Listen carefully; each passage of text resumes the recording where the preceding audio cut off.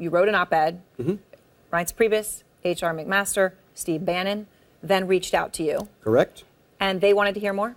They wanted to hear more, and then weeks later they said, okay, figure out what that actually costs. Give us a comparison. And so rationalizing and going down to a true battalion-level mentor program that supports the entire Afghan army. Remember, the Afghan Special Forces works. There's about 17,000 of them because they have been mentored by U.S. Special Forces in exactly the way I'm recommending.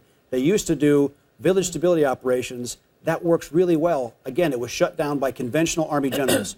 So mentoring the rest of the Afghan army in that same proven model works.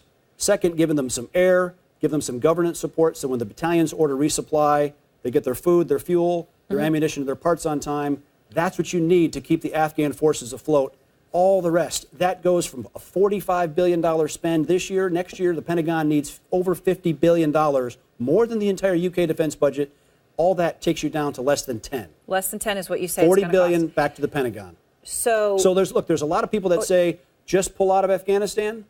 I disagree with that because I think the Taliban or ISIS would raise their battle flag over the U.S. Embassy in 6 months or a year. That's bad. But continuing the same, I would say, insanity that we've been doing for the last 16 years has to change. And I think the president is uncomfortable with that level, with that continuing on a bad course. Have you spoken to him directly about this? Nope. So when you talk about H.R. McMaster, National Security Advisor, and Steve Bannon, are you still talking to them about these ideas? I would say General McMaster does not like this idea because he is a three-star conventional Army general. And he is wedded to that idea that the U.S. Army is going to solve this. But I think for the president, he's got to say, after 16 years, when do we try something different? And in this, here's the thing. The U.S. isn't doing anything below a corps level, right? That's the highest unit of movement of the Afghan army. They're not doing anything at the ground level of the Afghan army. So this can operate there, operate effectively, and create the off-ramp for the rest of U.S. forces to leave. Let's be done.